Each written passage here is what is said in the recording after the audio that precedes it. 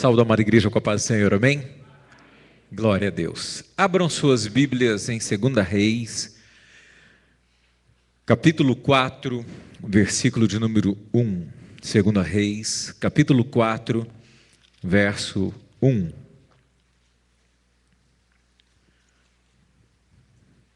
Segunda Reis, capítulo 4, versículo de número 1 a seguir. Livro de Reis, segundo livro, capítulo 4, versículo de número 1. Amém? Preste atenção, irmãos, porque é uma palavra ou várias palavras, mas o foco é restituição, passos para a restituição. Preste atenção em nome de Jesus. A mulher de um dos filhos dos profetas clamou a Eliseu: meu marido, teu servo, morreu, e tu sabes que o teu servo temia o Senhor. Agora, o seu credor vem levar-me os meus 2 filhos para serem servos. Respondeu-lhe Eliseu: que te hei de fazer? Dize-me o que tem em casa.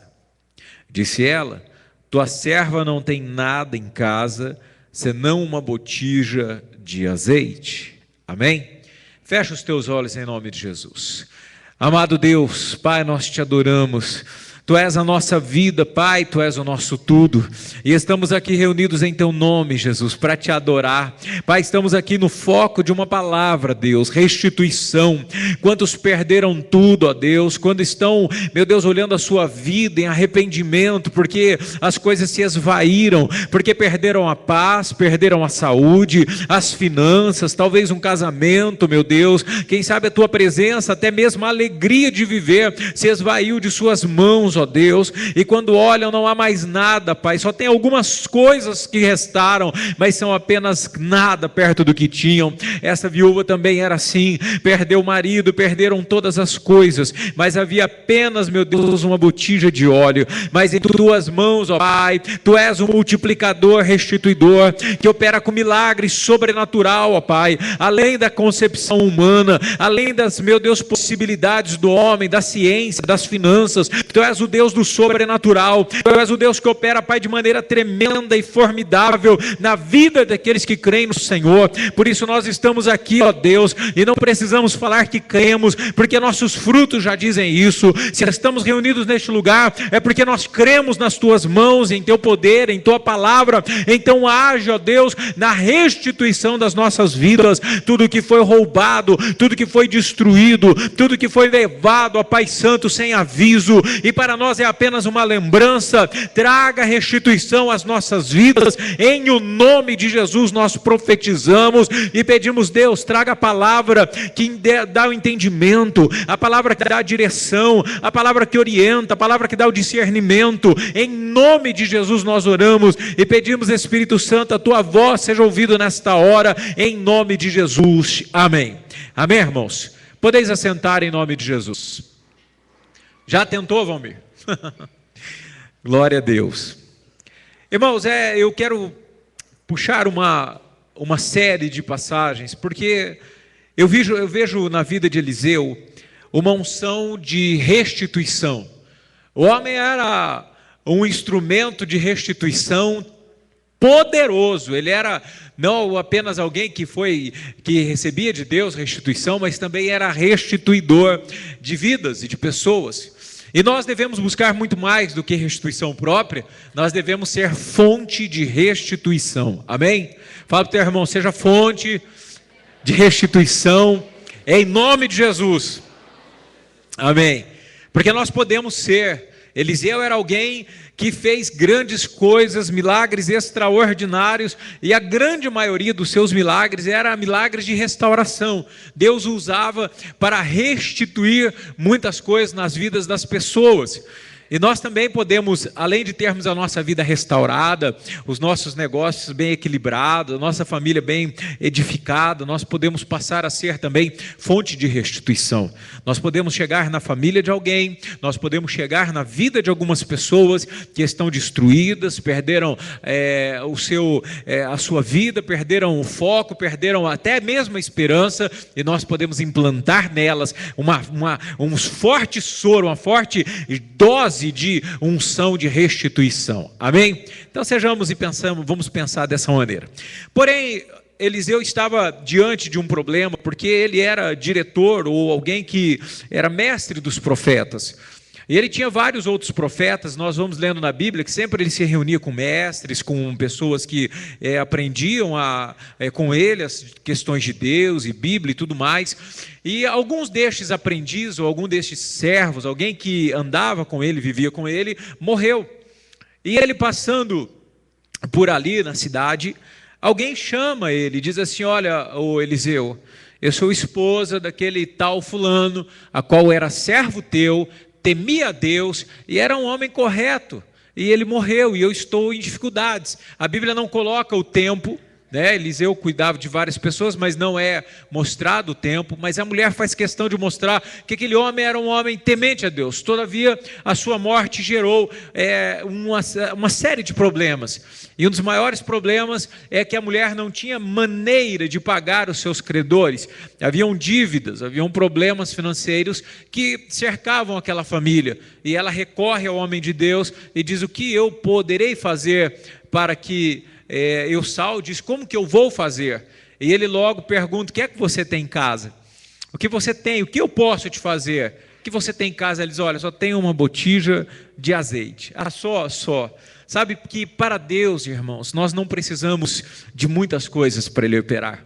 Deus não é um Deus que quer operar sobre grandes coisas. Deus não quer pegar uma coisa quase ruim e transformar em uma coisa boa. Ele quer pegar algo horroroso e destruído e mostrar e fazer algo poderoso e tremendo, para que saibam que Ele é Deus e que há poder restaurador. Então, Deus, o que você tem? Não tenho nada mais. Eu tenho apenas uma botijinha de óleo ou de azeite. Então ele sabia que a dívida era alta, porque os credores queriam pegar os seus 2 filhos como pagamento para que fossem escravos. Pare para pensar como é que estava a mente, o coração e a vida dessa mulher. Já havia perdido o seu marido, e agora o que lhe restava são 2 homens, 2 meninos. A Bíblia não narra a idade, mas seja qual for a idade, já não eram casados, eram talvez jovens de 17, 14, 10 anos, não sei. E o credor iria pegar, porque fazia parte da lei, e, enfim, ela teria que entregar. Mas este homem então lhe dá uma palavra de restauração, e é muito interessante que a palavra de restauração dele é atrelado à fé. Diga: restauração não acontece sem fé. E ela diz assim: o que você tem? Eu tenho apenas o azeite. Então ele lança a palavra no versículo de número 3 e diz: vai, pede emprestado vasilhas de todos os teus vizinhos, vasilhas vazias, não poucas. Depois entra e fecha a porta sobre ti e sobre os teus filhos, e deita o azeite em todas aquelas vasilhas, e põe à parte o que estiver cheia. Olha que é uma proposta um tanto quanto absurda, porque Deus gosta de agir no absurdo. Por isso não preocupe se o teu problema e a necessidade da tua restituição é grande, porque Deus gosta de agir de maneira absurda. Ele estava dizendo para ela: pega vasilhas que tem 10 litros, 20 litros, 60 litros, 80 litros, 100 litros, 200 litros. O que você conseguir na vizinhança de vasilhas vazias, toma ela e traga para a sua casa e comece a deitar óleo dentro da vasilha. Se ela tinha apenas uma botija, que seja por maior que fosse, uma botija de 20 litros, mas não, é óbvio que não era tão grande. E ela escutou essa palavra absurda: traga todos os vasos, traga todas as vasilhas, traga todos os baldes, e ele diz: não poucas. Ele deu uma palavra para ela de uma restauração muito grande, uma profecia de uma restituição enorme. Traga para a sua casa e feche a porta. Mas a palavra interessante é que não poucas. E esta mulher então escuta a palavra deste profeta, e ele diz mais: põe à parte o que estiver cheia. Ele já estava mexendo na fé dela, porque ela teria que crer que ao deitar aquela vasilha que ela possuía em casa, em cada um dos cântaros, aquela vasilha não se secaria.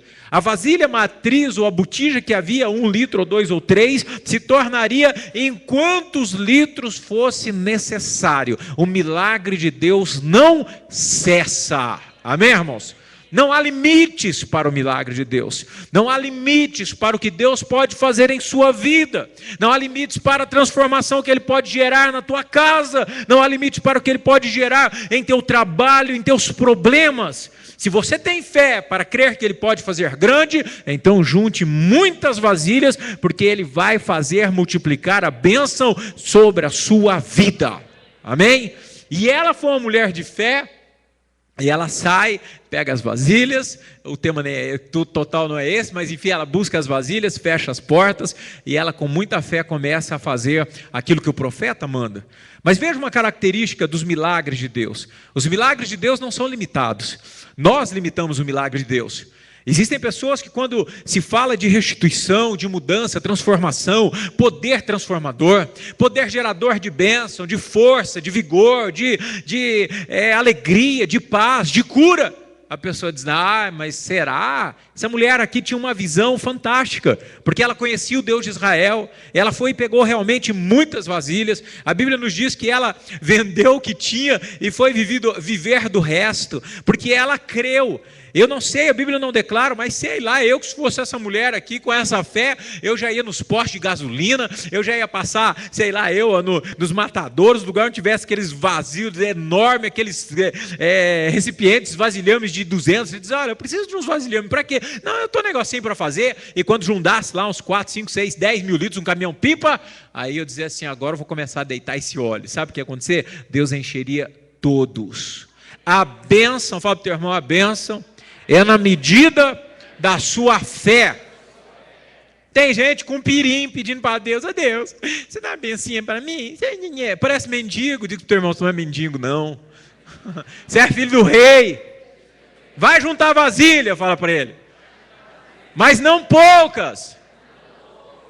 E tem os preguiçosos, né? Estou tão cansado, já orei tanto, já busquei tanto, esse negócio não vai dar certo, não vai dar certo.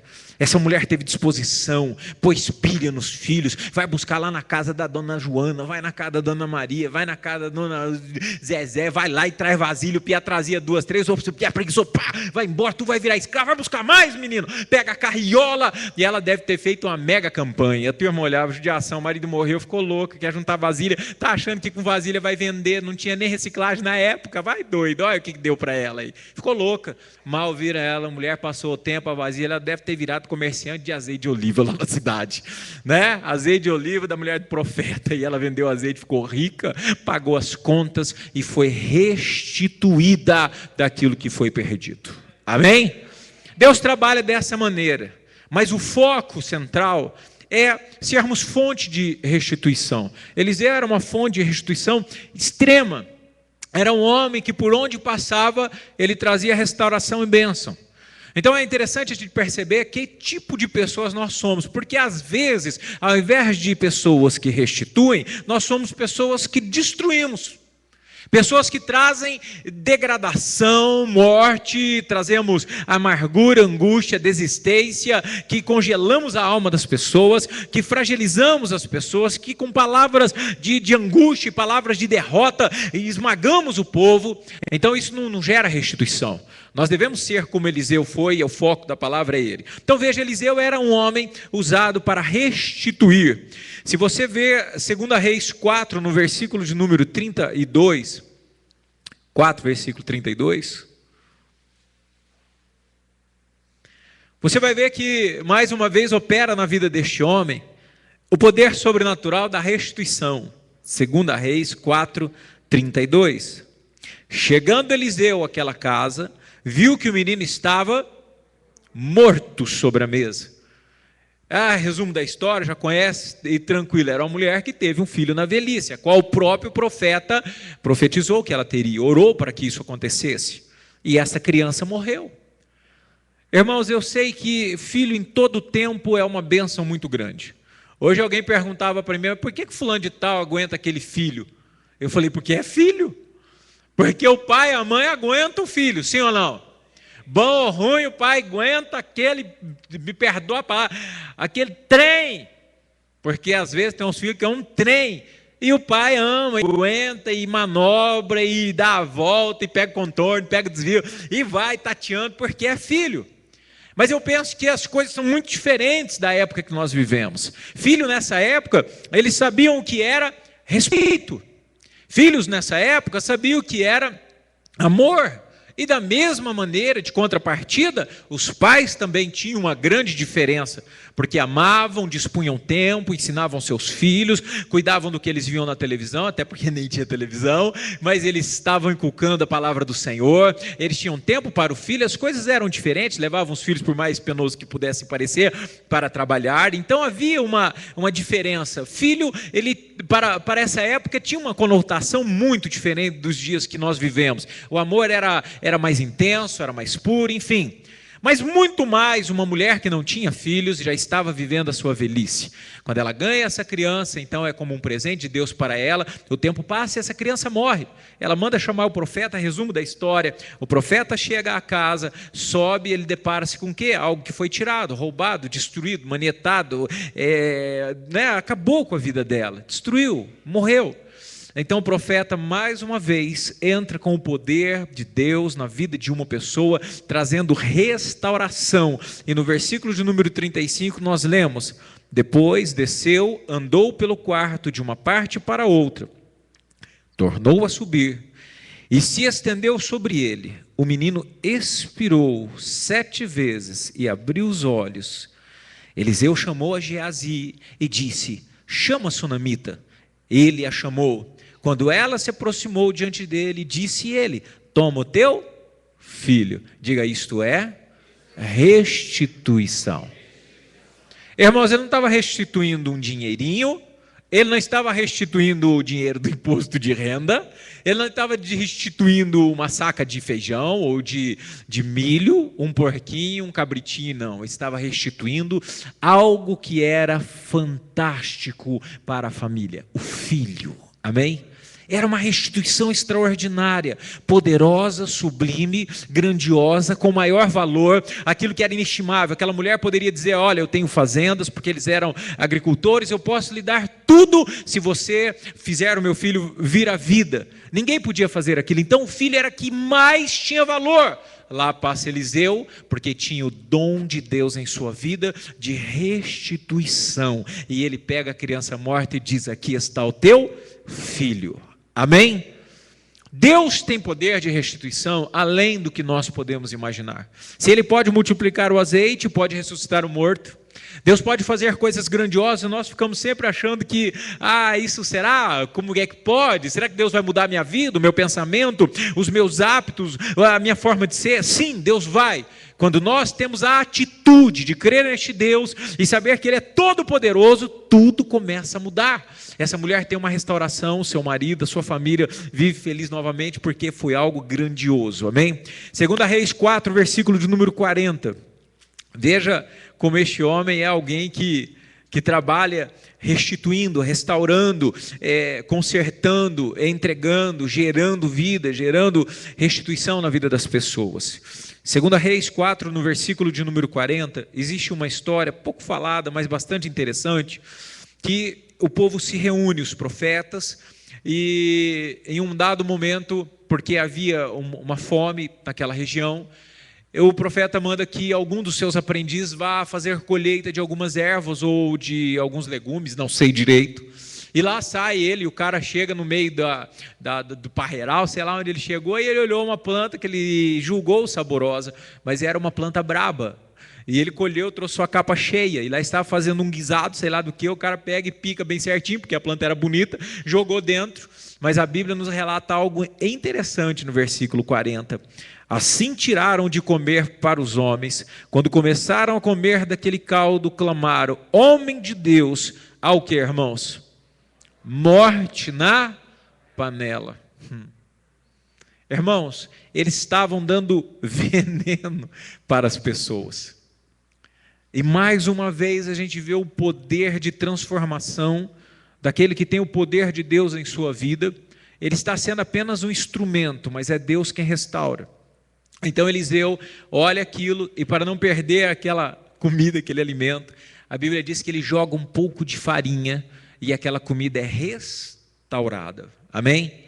Então veja, talvez, eu não sei, talvez você vive um envenenamento na família, um envenenamento nos negócios, um envenenamento espiritual, um envenenamento, né, material, não sei. Mas quando Deus opera a restituição, existem pessoas que são usadas por Deus, e você pode ser um desse, o que é morte se transforma em vida.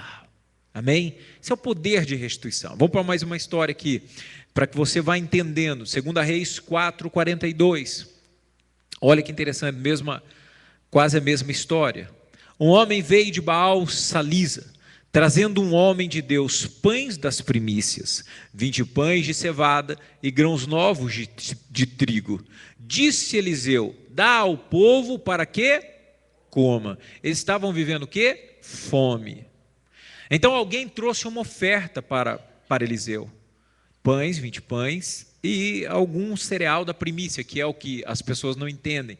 A primícia é aquilo que se dá para Deus, ou se entrega para Deus. É o primeiro fruto da terra, o primeiro fruto do gado, enfim. Mas ele trouxe para o homem de Deus. E este homem de Deus, que seria a casa de Deus, não para o homem de Deus, né? Tem gente com as ideias erradas aí. Aí é o seguinte, quando ele traz e coloca aquilo diante dele, ele manda que dê ao povo, que distribua ao povo. E aí lá no meio de alguém existia o incrédulo. Fala onde é incrédulo? Há o perigo. Cuidado, porque a mão incrédula é aquele cara que estava no meio dos profetas, é a pessoa que pode estar no meio da sua casa, é uma pessoa que pode ter até uma pinta de homem de Deus, uma mulher de Deus, ele pode até ser uma pessoa de Deus, mas ele é incrédulo, porque quando se entregaram aquele alimento para eles, e ele olhou aquele alimento, Eliseu falou: olha, dá para o povo, pode entregar, só que era pouca comida. Era algo que não dava para saciar a fome, talvez de 5, 6 homens, 20 pães, dependendo do tamanho do homem, meu filho, come sozinho, não é? Eu ia fazer a referência de algum comer sozinho, ia ficar ruim, depois ia me pegar na saída, mas tem gente que 20 pão não é nada. O cara entra num rodízio de pizza, quando o cara vê, ela fala: meu Deus, esse não, estou quebrado, porque é feroz, e às vezes o cara é magrelo, que dá até dó, você diz: ih, rapaz, isso aí, uma colherzinha de chá, já enche o cara. Meu Deus, o cara é todo estômago, não tem rim, não tem pulmão, não tem coração, é só um estômago enorme aqui, ele come para valer. Mas não é da igreja, mas eu posso falar, rapaz, tinha um menino na igreja de Califórnia, sangue de Jesus tem poder. Cara, era magro, que, olha, como diz a música, era magro, dava dó, o paletó dele era de uma listra só, tão magrinho que ele era. E aí nós íamos fazer os encontros, as coisas e tal, e aí pegava a filhinha da boia, né? Primeira vez que eu vi o prato dele, eu falei: irmão, vocês vão comer em quantos esse prato aí? Ele falou: não, é só para mim. Eu falei: mas vai caber? Já se cabe. Daqui a pouco o homem estava na fila de novo. Eu falei: o sangue de Jesus tem poder, meu Deus, não deixa ele explodir não, em nome de Jesus, vai dar problema. Como é que podia? Então 20 pãezinhos não ia dar para nada. E o incrédulo logo falou o seguinte, logo ele diz o seguinte: pois assim diz o Senhor, verso 43, porém seu servo disse: como hei de pôr isto diante de 100 homens? Porque não dava. Respondeu Eliseu: dá ao povo para que coma, pois assim diz o Senhor: comerão e ainda sobrará. Então ele pôs diante deles e comeram e ainda sobrou, conforme a palavra do Senhor. Diga: há poder de restituição aonde há fé. Pastor, mas quem teve fé? Primeiro o profeta e depois os mais de 100 que comeram, né? Olhar aqueles pãozinhos lá, dizer: só 20, rapaz, será que vai dar? Vão comer. O profeta falou: vamos comer. Ele já tinha o milagre da multiplicação do azeite, multiplicou agora os pães. Era alguém que restituía pelo poder de Deus. Então o poder de restituição é algo inerente a Deus. Deus é alguém que quer restituir e trabalhar de maneira fantástica para restituir a tua vida. para restaurar multiplicando, para trazer novidade, para trazer o que foi perdido, para operar de maneira extraordinária o que você perdeu, porque é algo concernente, inerente ao caráter ou às características de Deus. Olhamos isso quando vemos o profeta restaurando, porque era Deus que operava através dele, amém? Então Deus está esperando para restaurar na tua vida, para restituir na tua vida, para te entregar o que foi morto, para trazer vida no que está envenenado. Quantos casamentos envenenados, quanta mente envenenada, perturbada pela mentira, pela pornografia, pela maldade, pelo engano, e aquilo é um veneno. Mas se Deus colocar a mão dele, se transformará em vida, restituirá, restaurará, mudará, porque ele pode fazer isso, amém? Então, acabou o tempo, mas vamos mais uma aqui, por último de tudo. Porque daí, na verdade, o que eu gostaria mesmo de dizer ainda hoje, é que existe na vida das pessoas o poder de restauração que Deus dá, mas existe também atitudes que destroem. E uma vez que as atitudes são tomadas para gerar destruição, aí o arrependimento muitas vezes não cabe, mas vamos deixar por outra quarta, mas corre a sua Bíblia aí, em nome de Jesus, para 2 Reis 6, no versículo de número 4. Olha que história fantástica. 2 Reis 6, no verso de número 4. Vou encurtar também. E foi com eles, tendo eles chegado ao Jordão, cortaram madeira. Enquanto um deles estava derrubando um tronco, o ferro do machado caiu na água. Clamou ele: ai, meu senhor!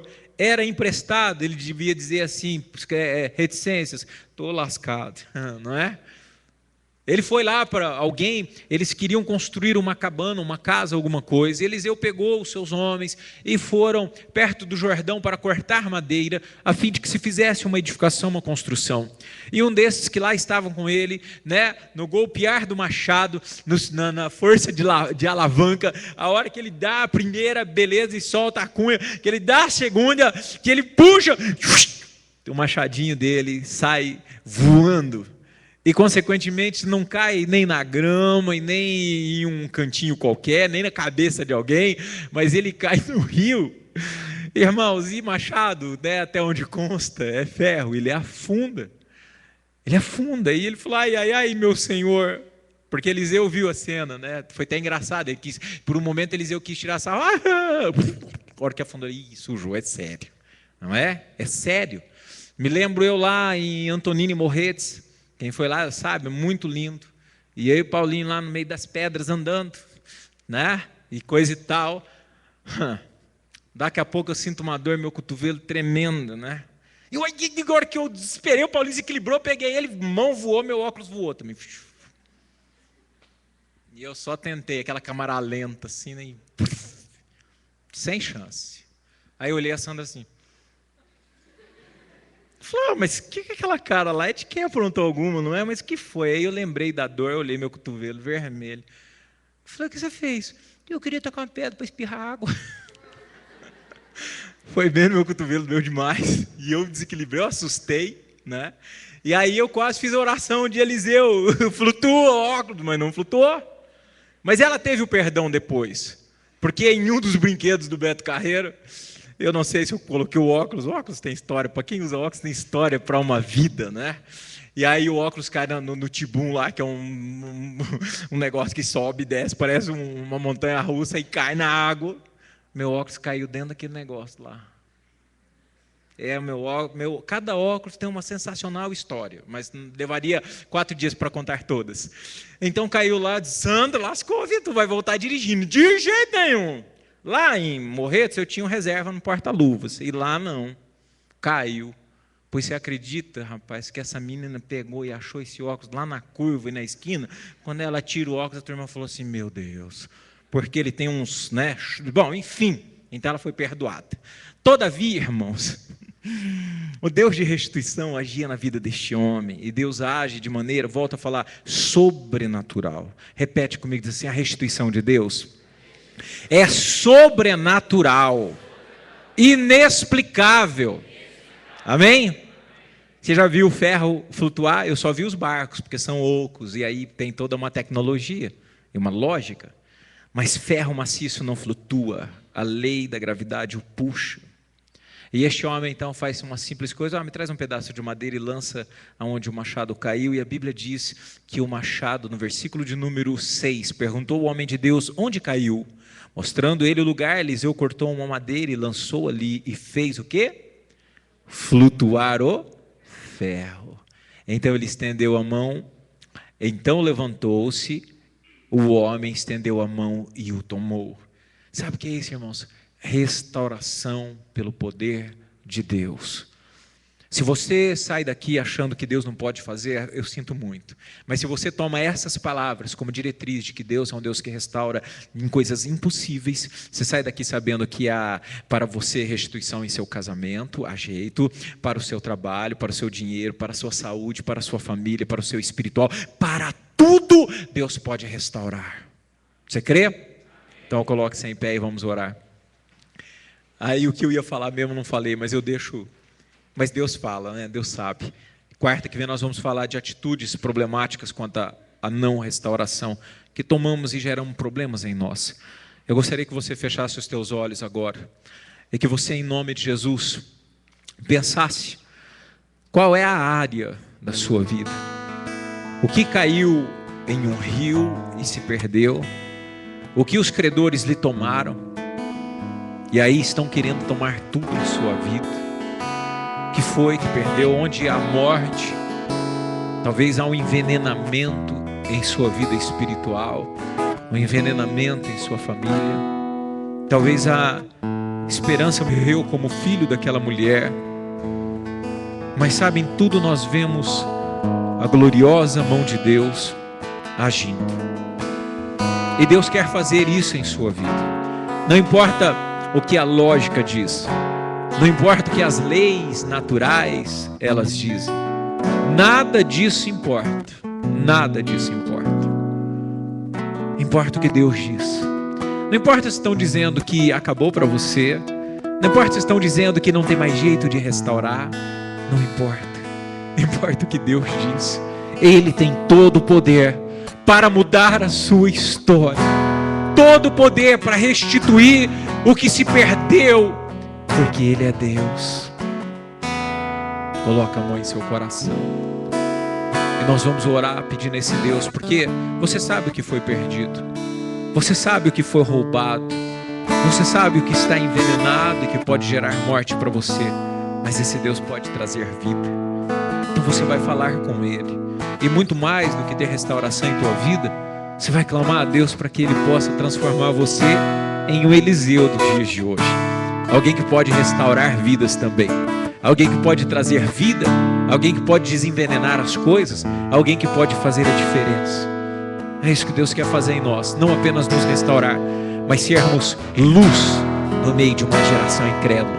Pessoas que fazem a diferença, pessoas que trazem vida, pessoas que trazem esperança. Deus quer te usar por onde você passar, porque quando você abrir os teus lábios, você vai poder profetizar, como Eliseu profetizar, vai dar sim. Ainda que aos teus olhos não dê certo, em nome de Jesus dará certo, e as pessoas terão vida novamente. Os desanimados, os destruídos, os negativistas vão passar vergonha com você, porque você vai ser alguém que trará luz, bênção e esperança para as vidas em nome de Jesus. Pai, nós queremos te adorar nesta noite, te agradecer, ó Pai, porque o teu poder está à nossa disposição, mesmo sem merecermos, ó Deus, porque nada merecemos.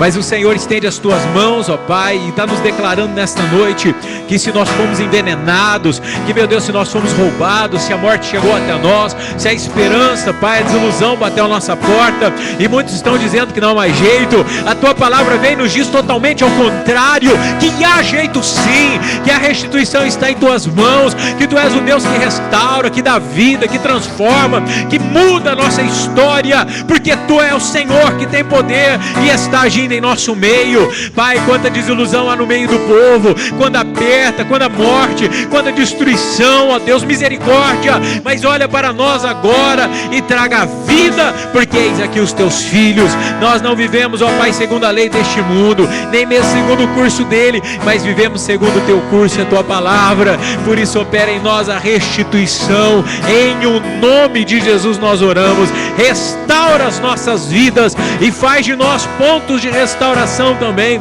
para a glória do seu nome, meu Pai. Nós oramos assim, Senhor, crendo em teu agir em nossas vidas, para a glória do teu nome. Amém e amém.